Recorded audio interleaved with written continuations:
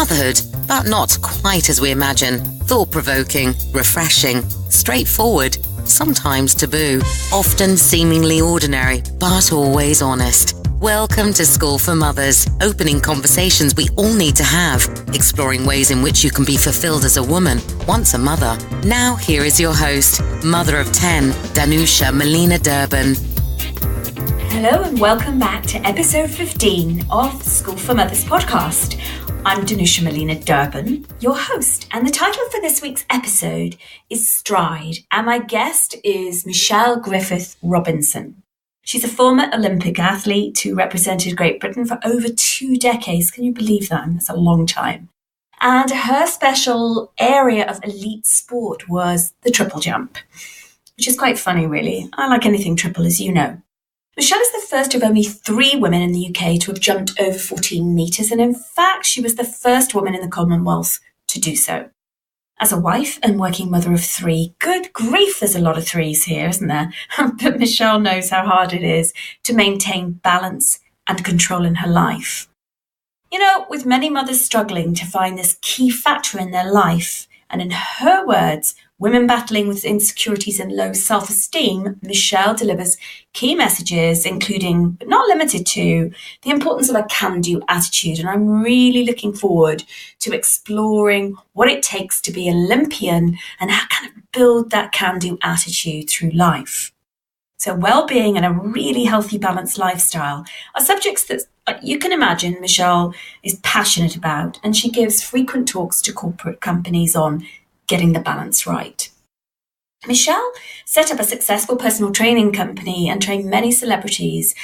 Let's see if she includes any little tips from those celebrities, but I know that she actually trained Mel B and Gail Porter, just to name a couple. I mean, it's obvious that Michelle naturally followed her passion for helping others. I've met her a few times and she's an incredibly generous woman, and she became a coach and a mentor. One place where she's a lead mentor is for the Dame Kelly Holmes Trust. And that is a trust helping young people get their lives back on track. And she's currently running a well-being personal development program at Pfizer Pharmaceuticals. She gets about this one, doesn't she? She appears on BBC Lifeline Appeal alongside Dame Kelly Holmes. And last year, in 2018, she was one of the guest speakers at the IOD, that's the Institute of Directors Conference at the Royal Albert Hall.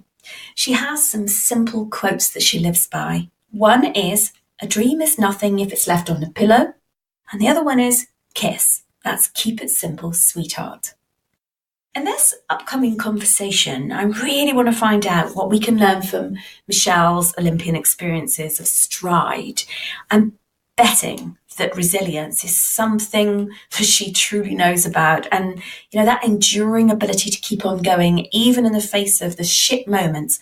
I know I really want to know how to do that more, because we're all trying our best on that one, aren't we, to become more resilient. And I'm going to be listening out for all her tips, pointers and tangible action, kind of packed advice on making big strides and sustaining strides, because I actually think it's the sustaining them that's the important thing. Some of us can make small strides, some of us can make huge strides, but it's the keeping them going, that resilience in the face of adversity that I'm really kind of interested to know about. I'm absolutely sure Michelle Griffith-Robinson is going to tell us all about it.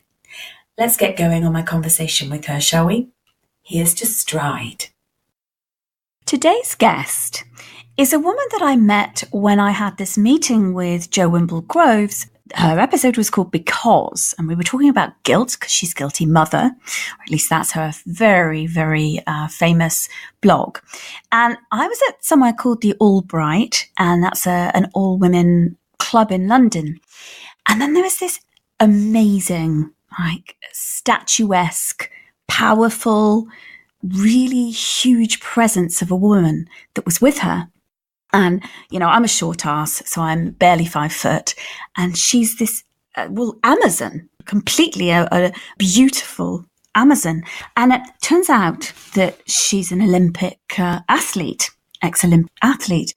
And I'm so privileged that I got to meet Michelle Griffith-Robinson, who's today our guest on the subject of stride. So follow that then, Michelle. Hello. Hi, guys. And Danusia, thank you so much for having me on today. Yeah. And actually, I do remember the day really well. And I remember thinking, who's that stunning lady over there? And then when I heard that you had multiple children, I did question you about 10 times. And you must be thinking, who is this absolute nutter? Oh, it was a question for every child, basically, Michelle. It really was. Are you serious? You serious? From you? I mean, it was, yeah. But yes, so thank you for that.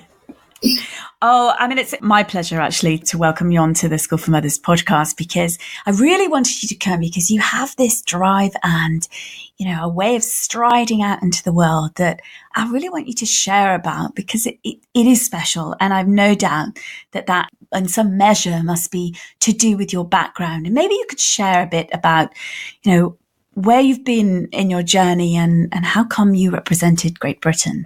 And thank you for doing that, by the way. You did it bloody well. Oh, gosh. You know what? I look back on that, and thank you for that, Danusia. I look back on it, and sometimes it's only now that I've retired, and I've been retired 12 years now from professional sport, and I look back and think, well, actually, it was pretty awesome, wasn't it? And now I've got girls of my own who are now competing again, and I think, actually, this is where I came from. This is my journey. And I was just a little girl from Wembley who, grew up with 3 brothers, and I guess you have to be quite robust and resilient when you've got 3 brothers who often, you tease you and take the mick out of you, and you couldn't play with them unless you kept up with them. And I think that's where, when you talk about stride, I had to get my stride in. If not, I'd be left behind. And that I think has then given me a voice, to speak up, and the drive, the inner determination, to do well, coupled with the fact that I've got an inspirational mother whose glass is always spilling over with enthusiasm and positivity. I think that's definitely helped me as well. A little girl from Wembley with a big dream, came from a so-called broken home. By 16, my parents were divorced. But the one thing that kept me going and gave me, a little bit of oomph about my life was my sport. And this is why, I'm a massive advocate about how great having sport in your life, on any level, how it can impact your life. How did it sounds like sport was something of a sanctuary and a place for you to really find more of yourself. And I'm wondering, what place did it have? Well, the place it had for me was, when you come from a sometimes dysfunction, I'm going to use the word dysfunction, not really my favorite word, but, viewers or listeners will really hear what I mean by that. When you come from a dysfunctional place, you go somewhere where you find your peace. And nowadays that might be where some people go to yoga, Pilates, just to switch off and unwind. Mine was going down the track where people didn't judge me for my colour, not even for my ability. It was just a social place where I went. And actually, from going to this social place on a regular basis, I managed to be very good at what I was doing. And coupled with the fact that I was in an environment that really, really was conducive to me growing as a person and growing into, a Great Britain athlete and consequently an Olympian. Mm-hmm. When did you first realise? When did it become apparent that you had a level of ability that was a little more than others, let's say?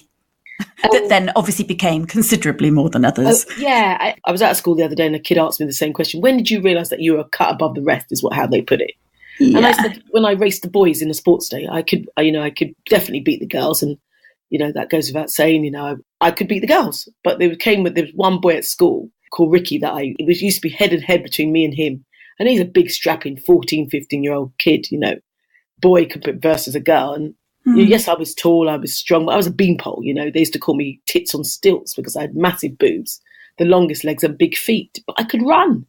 And that's then, I could run, I tell everybody, that's what happens with having 3 brothers that chased you. You had to muck in and get on with everybody, on with it, basically.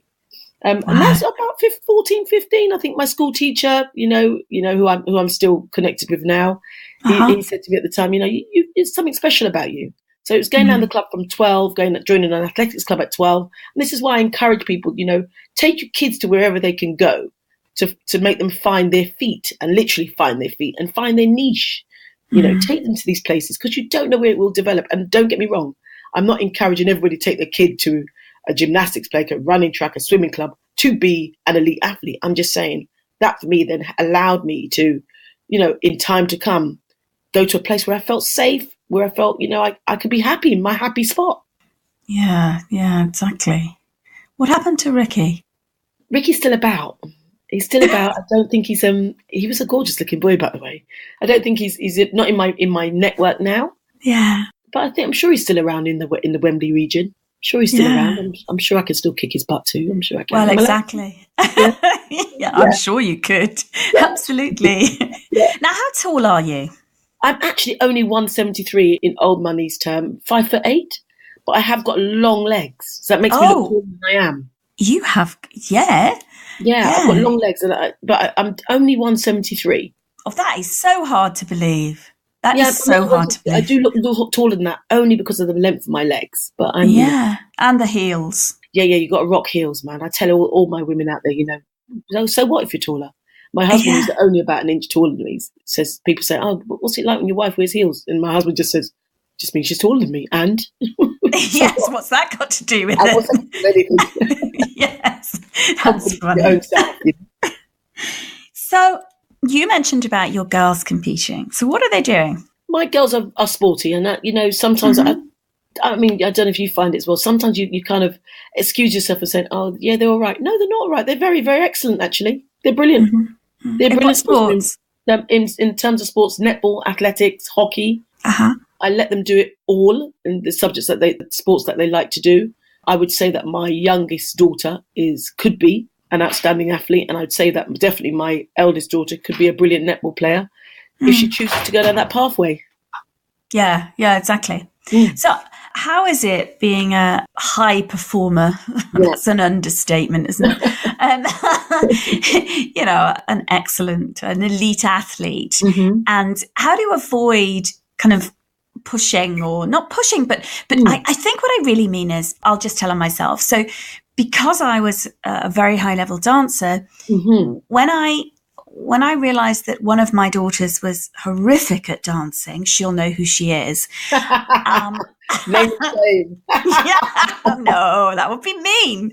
No, she does. She does river dancing, especially for us now, and it cracks us up because that's it. That kind of is the level of it, but not good.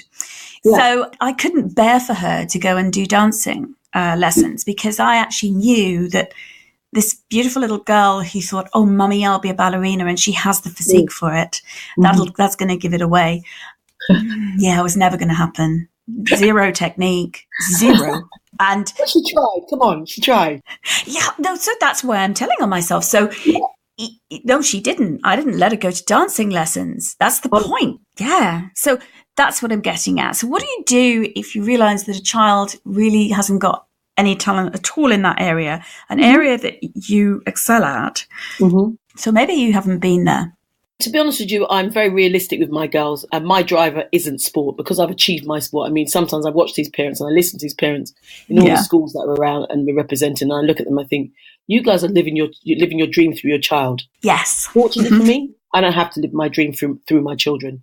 Where I am probably a little bit more, if I had to be honest, and I think being on this podcast, the great thing is you need people to come on in and be honest. My driver is the academia because I didn't excel enough in my academics. And I had the ability to, I'm not saying to become a doctor, but I had the ability to get my degree in languages because that's what I was very good at.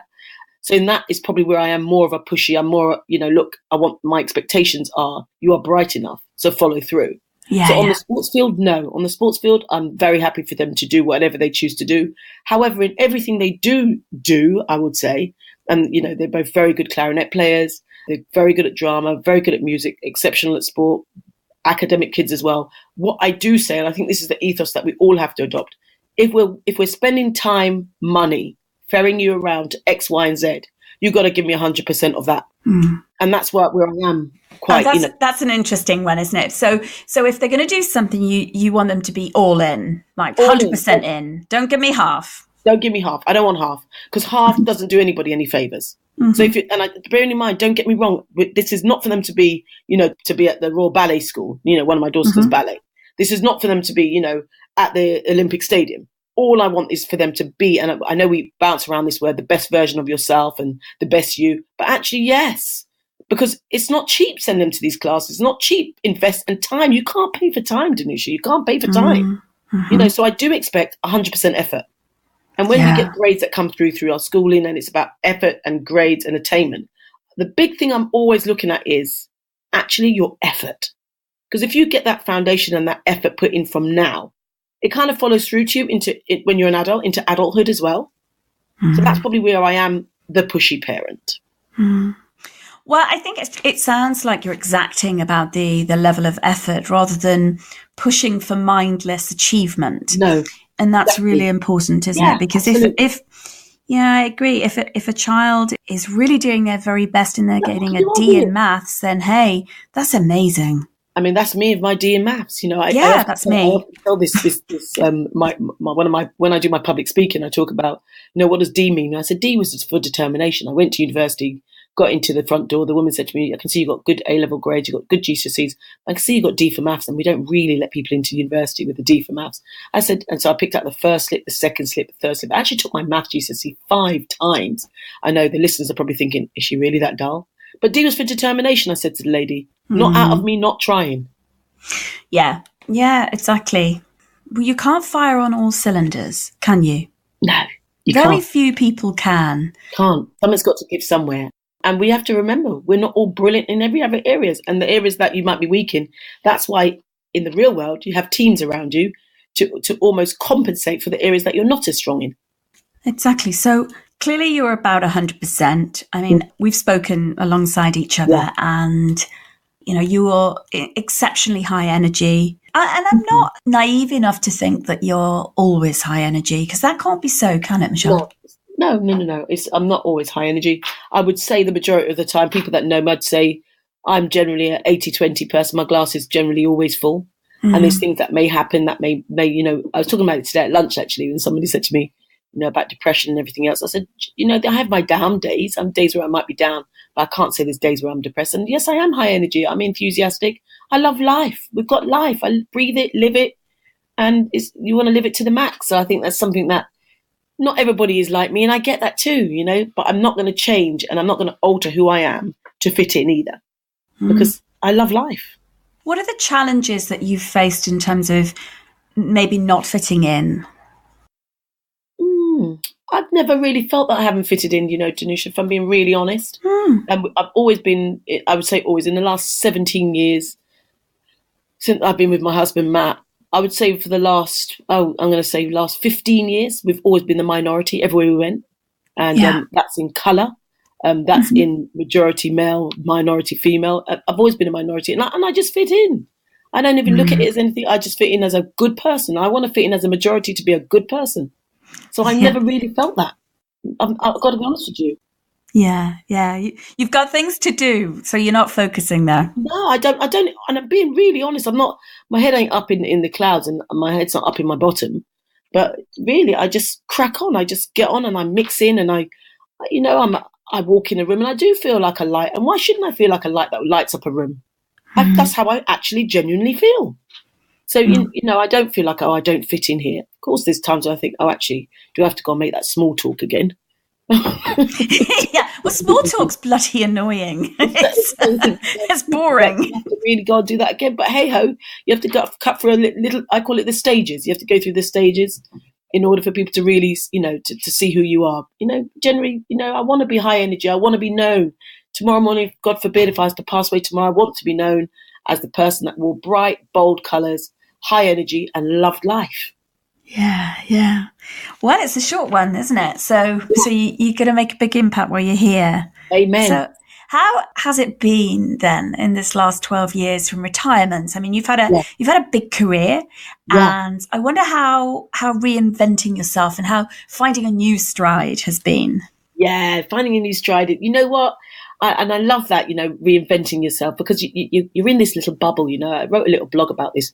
I must actually try and get it printed somewhere. And it was about retiring, and I wrote it in a diary and just said, what's it like when you retire from everything? And it's basically, you retire from everything and all of a sudden, once you've retired, it's not about you anymore.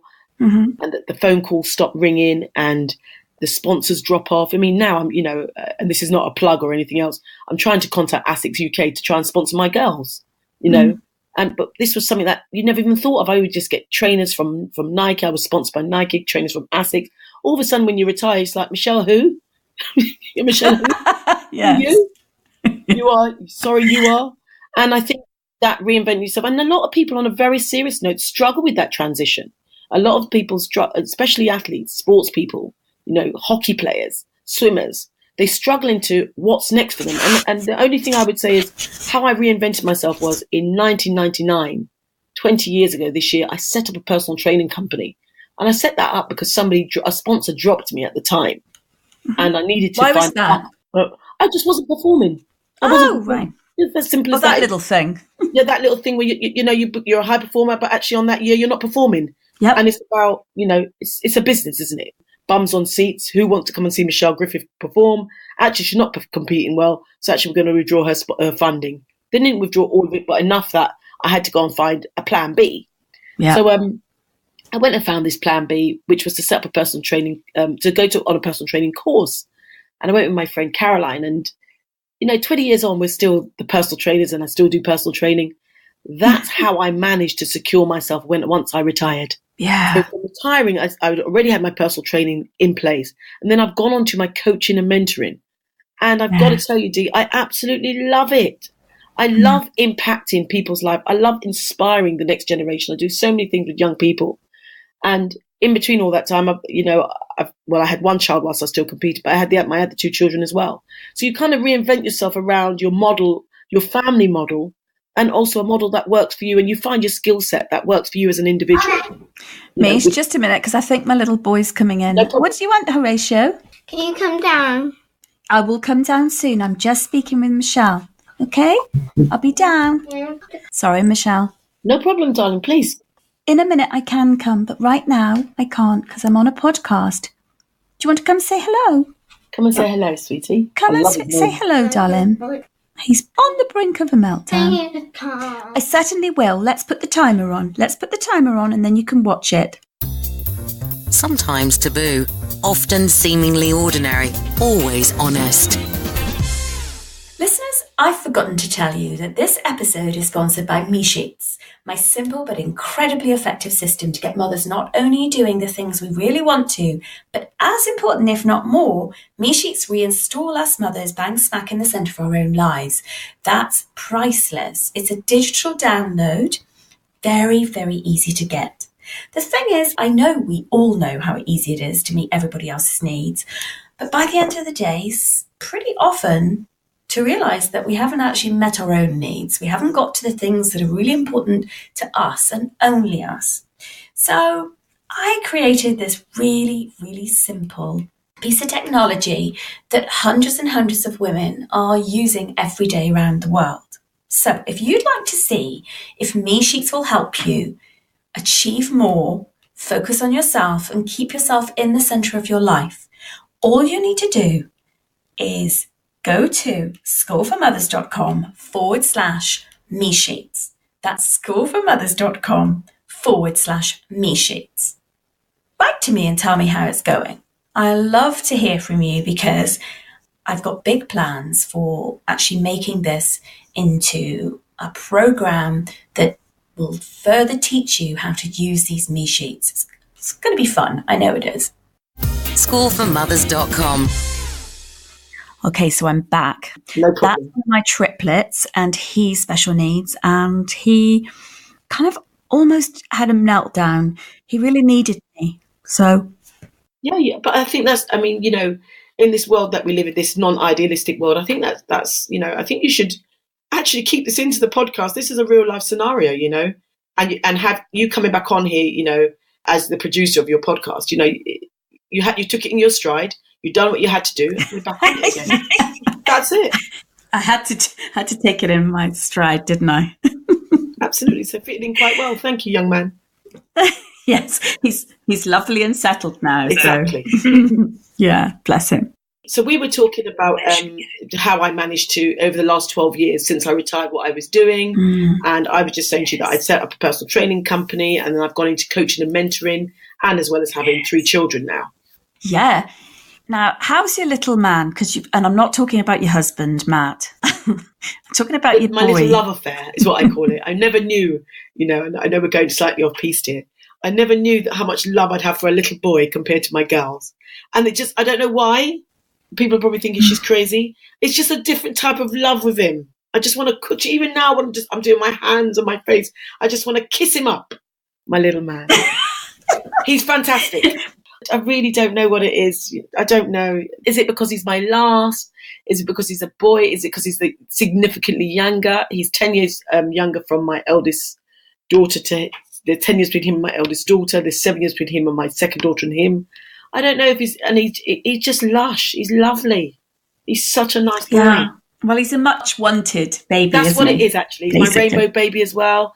I had a miscarriage before him, so possibly it's all of that. And I really tried hard, and this was something that I really wanted, And I know this is a subject that you'll probably have with another mother on here, or potentially have, about when you want something so badly, you kind of got to get it. If not, you don't feel settled, man. Yeah, exactly. It's really important, isn't it? Yeah. You can try and shelve it, but actually sorry. You can't get closure. You can't. You need to do what you got to do, and until someone says to you, it's over, or you can't, I'm afraid, and I'm not one to be told you can't do something. So it's probably why I carried on going until I had him. Yeah. Oh, good for you. You're pretty unstoppable. In many areas, yes, I feel I am, and I feel so much more confident in my 40s, as well, than in my 30s, and definitely in my 20s. 20s, I was an insecure female, just bloody carrying on with nonsense, really. Since in my 30s, I felt so much more reassured and confident. And when I got to my 40th birthday 7 years ago, I felt like, I woke up on that morning absolutely so full of pride for myself. What I'd accomplished. I only had 2 kids then. And what I'd accomplished so much in that short space of time since being with Matt, which is about 10 years. And I love it. I love the fact of growing old. I feel fantastic about it all. I've got a network of people around me that I want to be around me. I think there's something great about as you get older, what nonsense you don't want in your life. And it's having the conviction to say, actually, I don't want to deal with that anymore. And I'm going to go with that. And you take it in your stride and you feel good about it. So what don't you want to be with anymore? I don't want any negativity around me anymore. And I don't mean if somebody's got a crisis or a problem that I'm not going to help them. I'm not up for the fakery, the fake news. I'm not up for that. I want real people around me, and that's what I've made a decision on. And, whoever's not in my corner, that's also okay as well. Why should I expect everybody to want to be around me? Why should I expect that? Yeah, you don't strike me as a very drama person. Not into it, babe. I'm honestly not into it. I live especially now we're in Devon, oh my gosh, I live quite a tranquil life down here. And I'm at peace with myself. My driver is always my health is my biggest wealth, and I have a big focus on that. And obstacles come and go, and things happen in your life and in your family's lives. And you try and do the best you can do. And that's to other people as well, treat people how you'd want to be treated. And, my husband used to always say to me, Michelle, you're a bit of a sucker. You're always out helping people, always doing for people, and people that don't expect them to do it back for you. And it took me a while to understand it's not actually getting things back in return, but who would have my back when I needed them? And I'm pretty sure that the people around me now, I've got the right people around me right now. Yeah, so you've built your team. I've built my team, and don't get me wrong, I'll still continue to build my team because we have different teams for different events. Is the way I look at it. Absolutely. So, do you have many friends from the Olympian days? Oh my gosh, yeah! I've got my core group of girls. We've got a WhatsApp group, called the Olympians, the Olympian class of '96, and those girls, we've been through everything together, from parties, from boys, men, the whole shebang. Undercover sex stories. Are we allowed to say that on here? Okay, sorry, I didn't say that. Yes, you are. We've done it all. We've got I think fundamentally we know why we met. We met through sport, and it's through thick or thin. And it's been great. The connection through sport, again, is fantastic. You still keep in contact with people. Probably don't see them, from year to year, but you keep in contact with them through Facebook and through social media now. So that helps as well. And then I've built an amazing network of people, away from sport, like yourself and Joe Wimble Grove, and I think the more and more you meet people who are in similar environments to yourself and like-minded people like yourself, that's when I say you build your team around you. around your circumstances where you are in your life at the time. And it's not saying you just dump people, because you'll never dump people if they're truly your friends. You won't dump them, but everyone's got a purpose, Everyone's got a purpose, and that purpose might be just somebody that's just nice to talk to, just someone that's easy, impartial about things, and nice to talk to. So going back to your WhatsApp group, is there an abiding quality that you've noticed that all of you Olympian women have got? We've all got inner strength. And I think that inner strength we've had to have from the days of injuries, where you're not selected for a team, to when you've been told, you're going to make the team, then all of a sudden you get injured and you're disappointed. I think we've all got inner strength. And majority of us are mothers now that have gone on to become mothers. And I'd say 6 out of 7 of us are mums. But the one thing that we all show is we have that inner drive, determination and strength to overcome whatever's thrown at us. And I can definitely say that with this group. Yeah. How do you, if you're not an Olympian, how do you actually gather inner strength and then grow it? Because everyone's an Olympian in their own right. The reason why we use the word Olympian is only because of the values that it has. And I think if anybody was to sit down and look at the 7 Olympic and Paralympic values, they would cover most of the life. And they are friendship, excellence, respect, determination, inspiration, courage, and equality. And if we were to all look at those as just Mr. and Mrs. Joe Blogs out there and follow those values, Olympic and Paralympic values, I think we'd all be all right. I think same again for us. We'd be all right. So I think if you follow the friendship one, the importance of friendship, if you always give excellence to anything you do, you don't have to be Olympian to give excellence. In your work, in your job as a mother, try and give excellence as much as you can. And respecting what's around you, respecting people within your team, respecting your partner, and actually expecting respect back as well. Yes. Is also key. Determination, that's not just an Olympic thing. That's not just a sporty thing. We're all driven women. When I see these women on there, Michelle Obama, she's not an Olympian, but actually she covers all the Olympic and Paralympic values really, really well. Yeah, she certainly does, doesn't she? She really does. And you talk about inspiration. I'm inspired by you. With the greatest respect, you're not an Olympian, but you're inspiring. Yeah. And this is what I'm saying. If we use these Olympic and Paralympic values, I think it would hold us all in great stead. So I would definitely encourage people to go and look up the 7 Olympic and Paralympic values and try every day just to think, are you following those Olympic and Paralympic values? Oh, it's beautiful. I love that advice. I really love it. Yeah, I haven't looked myself, so I'm going to go off and do that. Yeah, absolutely. It makes such a difference, and that's why sport is. Sport is more than just sport. What sport has given me is those time to look into, especially now I'm older. I'm not going to say always when I was younger. I'm not going to sit here and pretend, because like I said, the fake news I don't do.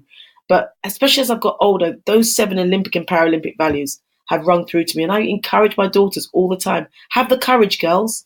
And of course, we're all fighting for equality. All the time we're fighting for equality. And that's a story that's not going to go away now. It's not going to go away next week, But it's something that we're all fighting for. So I think if we keep an eye on those and just have them in your back pocket to draw out, I think we'll all be all right. Why do you think we're still fighting for equality? The need for it? The need for it? Because there is a need for it. Quite simply, there's a need for equality.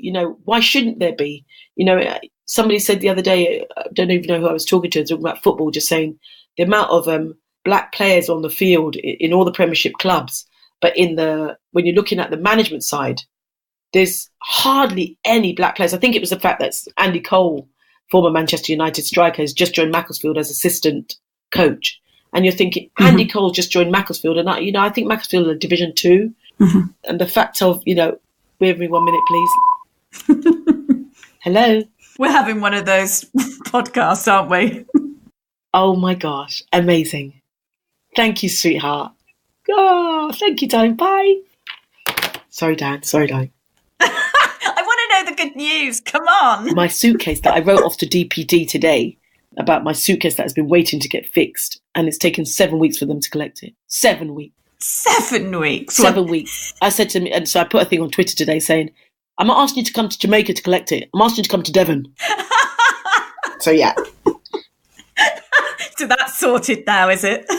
That's what happened. That's hilarious. You have to go there. You're a scream. You have to go there. See, what, to Jamaica? To Jamaica, clearly, for my Samsonite to get fixed. Bloody hell. But yes. So you did actually go to Jamaica, yeah? No, I went to Barbados for Christmas. Oh, Barbados, yeah. Okay. Yeah. But I went to Jamaica in April last year. So we visited there quite a lot. Okay. Matthew's dad's there, so we visited. And also as well, the biggest thing for me as well is that I want my kids, Danusia, to appreciate that, when we go to places like the Caribbean, especially somewhere like Jamaica, where there are a lot less privileged children. This is real life, girls. Elijah's a bit young, but, for the girls, this is real life. It is hand to mouth. It's not your 5-star hotel. It's not going on your school skiing trip. It's hand to mouth. Those kids' parents are struggling to send them to school on a daily basis. This is why the education, we mustn't take it for granted. Yeah, it's crucial, isn't it? Crucial. How have you worked with your own academic kind of potential? I'm wondering how you filled that little tiny gap that you felt that you mentioned earlier. I think what I'm doing is I find little things that stimulate me in that way. So adding on another coaching qualification or completing different bits and pieces. And I think I fill it through, if I'm being honest, making sure my kids don't fail. Yeah. Sorry. It's not necessarily me, because I'm quite fulfilled at the moment. I'm quite fulfilled. I guess there's always challenges and there's always things that I want. So I'm always pushing on that way. And what I've chosen to do is say, well, I'm not going to get my degree in X, but what I have got is I can go most places and give an amazing talk. So I use the skill set that comes natural to me. And that then allows me to have my worth and to feel great worth. And I think for my kids, I'm always saying to them, look, don't leave any stone unturned, because then your options are there and more wider open. So that's probably how I fill my gap. And I would urge any other woman that's out there, or man or whatever, listening to our podcast, to say, whatever your gap is that you're not completely fulfilled with, try and fill it, but not necessarily for your kids like I'm doing, because, I'm a pushy parent. I want my kids kicking butt. I'm sorry. And they're bright enough to do so in anything. I want them to do 100%. Do you. Don't get me wrong. If they're not good at it, that's also okay, but give it a try. Yeah. Because I was never encouraged that way, Danusia. I wasn't encouraged that way. And there's no reflection on my mum and my dad. They always said, you must study hard, come from typical Caribbean parents, we're strict, get your education, but they didn't put things in place like I do, like me and my husband do with our kids. If we feel that our kids need a little bit more extra help, we might go to a tutor. They wouldn't be doing it. They'd be like, go and sort it out yourselves. That solely independent learning, So now we do have better tools and we have more education and withal how to deal with stuff. I think that's what we must use. If you can do better, if you know better, do better. Well, we also have a technology, don't we, that means that we can reach information in very different ways. Absolutely, which we didn't have before. So I couldn't do one of my daughter's fractions or whatever she was doing. So I said, let's Google it on YouTube and let's see how we can work this out together. Yeah. But even the fact of me sitting down with her, not necessarily understanding it, the fact that I'm sitting down with giving her that support is a step ahead than what we had or I had. Yeah. Does that make sense? Oh, makes complete sense. Even me not understanding it, the fact that I'm sitting down with her and giving her the time, emotional time that she needs, she's already halfway up the table already, isn't she? She's a 5 out of 10 already without not even understanding the question. Because the feel-good fact, someone's giving her the attention that she needs. Exactly. Our concept of what children require has changed, hasn't it? Significantly, yeah. And in fact, it swung the opposite way, so that I was having a conversation earlier about children not being independent thinkers and learners anymore because actually we do so much for them. Yeah. Going back to my podcast with Marina, fear of failure, resilience, trying to build resilience in our children. Yeah. So how do you do that? How do you build resilience and allow them to fail? Mm-hmm. Allow your children to fail. And if they turn around and forget their clarinet, which is the one that the scenario that I used on the previous podcast, then they forget their clarinet, they get their detention or whatever. In this case, they're not going to get detention because it's an external person you're paying for. So my daughter just puts the money on the table. I say to her, put your money down that you've got your lesson, because that in itself is a learning. That all of a sudden her money that she got for her birthday or her Christmas or whatever it may be, she's now having to hand that money over. So that's how you build resilience, by allowing them to fail and not always running down the hill to give them their clarinet or because they're forgetting their PE kit. No, you'll have to sit out this lesson because you've forgotten your kit.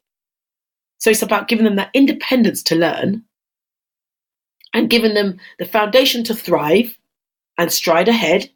But at the same time, we can't be there. It's impossible, Dee, to give them the, to be there for their every movement, to catch them, to be at every place where they're performing. It's impossible.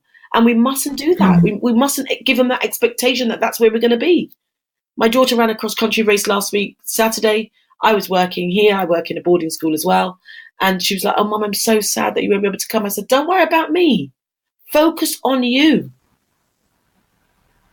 Focus on you. I had a friend of mine, an Olympian, actually Olympic champion. She gave me the most amazing phrase.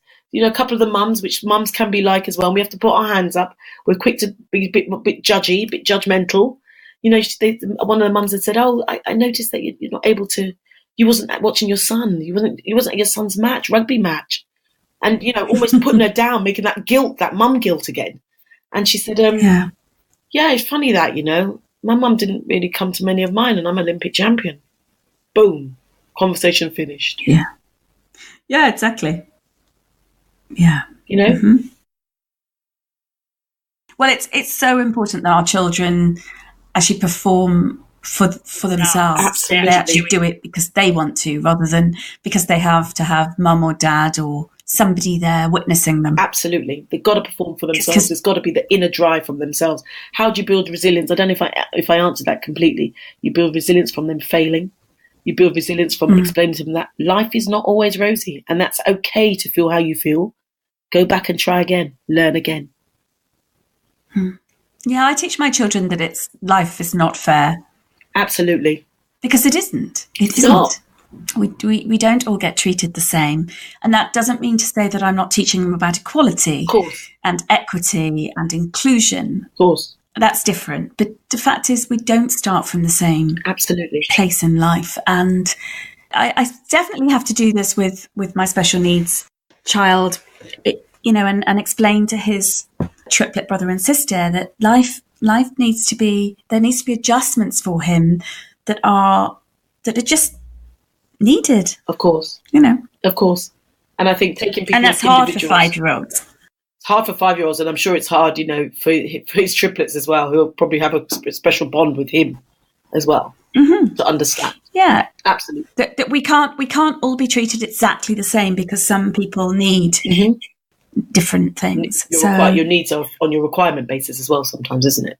Yeah, exactly. So what's the most exciting thing you're working on at the moment, Michelle? Really exciting for me right now is obviously I've just come down to Devon and I've met a team of people who have got this is just come out. This is, we haven't even launched it yet, but it's exciting. We're working on it right now. And we're working on a wellness package together. 5 of us as 5 brilliant professionals, and I mean, brilliant professionals. And life has got a habit of throwing you in these places. You come to Devon and you think, okay, I'm going to have to start a little bit again. I'm going to have to travel to London once a month. And you have to you have to shift your paradigms a little bit and shift your expectations of stuff around you, which is great because it keeps you fresh, And I think the thing we're working on here is a wellness package, and that package will be rolled out to corporate companies, maybe for team building days, for mothers that want to get away. And we're going to be ticking a lot of boxes. You're talking, we're going to have a doctor involved, a clinical psychologist involved, myself as the coach, the personal trainer, the mentor involved, and the massage therapist, the physio on hand, going to be looking at switching off and unwinding. And there's no better place to do it than in Devon. So I'm very excited about that. Also, so I say that's my biggest thing that I'm really excited about right now. And I've set myself a goal. My goal is to be doing 1 inspirational talk per month for the next 12 months. Oh, that's wonderful. I want to inspire people, primarily women and girls, because that's my, I was just going to ask you who you want. Yeah, my women and girls. I women and girls, so much.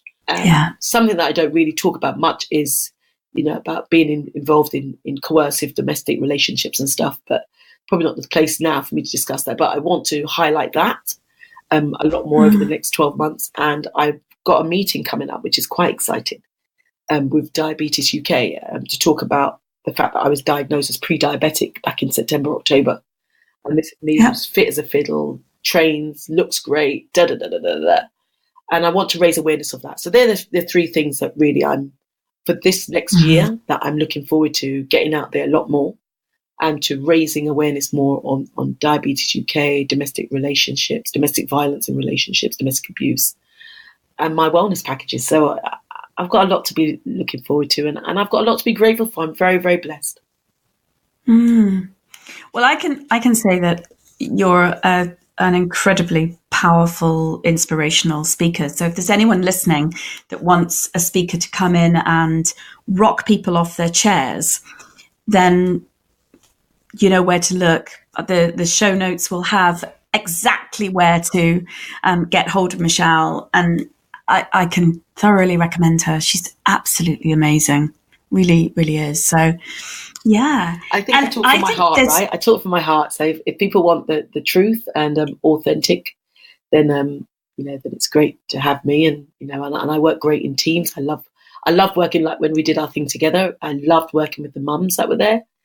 Like-minded people. Surround yourself with like-minded people is probably got to be my closing words. Yeah, exactly. And that's, you've got so much that you've got striding out into the world right now. I mean, there's no doubt. Whatever you touch is lit up for sure.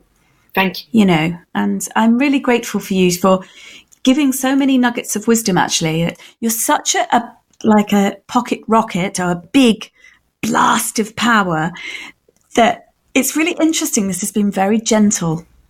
Thank you. I really appreciate it. And that's really lovely. Thank you. Thank you. And thank you for all our interruptions. Oh, listen, I think we need to keep them in because honestly, ladies, you all know life is never easy. Life is never smooth. And the sooner we realise that actually stuff happens and it's okay. It's okay. It does. It does. So thank you so much. Great big hug, Michelle. Thank you so much. Thank you. Bye. Bye-bye now. Bye-bye. Wasn't it a pleasure to listen to Michelle and to digest her humble inspiration? Oh God, she cracks me up with her dynamite drive. Let's face it, she'd have never become an elite Olympian without that fire in her belly. She has got an immense fire, hasn't she? Look her up online. Her Insta is a blast. It really is. I love it. I look most days. You can find her at Michelle Griffith-Robinson. Now then, as ever, I want to thank you for listening to this episode. If you enjoyed it, please feel free to share about it with your friends. I mean, spread the word. I'd also be very, very grateful if you could rate, review and subscribe to School for Mothers podcast on iTunes or wherever you listen to it. That all really helps a lot in ranking this show. Again, I'd be greatly appreciated. If you have any comments or questions or any suggestions, please get in touch at podcast@schoolformothers.com. Next week, my guest is Christine Gouchot. And the title of that episode is Bottle. Christine and I talk about going against the tide and making courageous business decisions. That's quite a mouthful, by the way. So courageous business decisions to meet the needs of our families. Christine is author of the fabulous book, Business Mum, 3 Steps to Success in Running Your Own Business and Being a Mum. I'm absolutely sure she'll have oodles to share with us all. That's it. See you next week. Same time, same place. Meet me here. Thank you for joining us again. Here's to you. Thank you for tuning in to the School for Mothers podcast. To continue the conversation and keep your dose of inspiration up, head over to schoolformothers.com/podcast, where you'll find bonus content from Danusia and a guest on habits, recommendations, books, best apps, time-saving secrets, life hacks, health, sleep and anything in between. That's schoolformothers.com/podcast.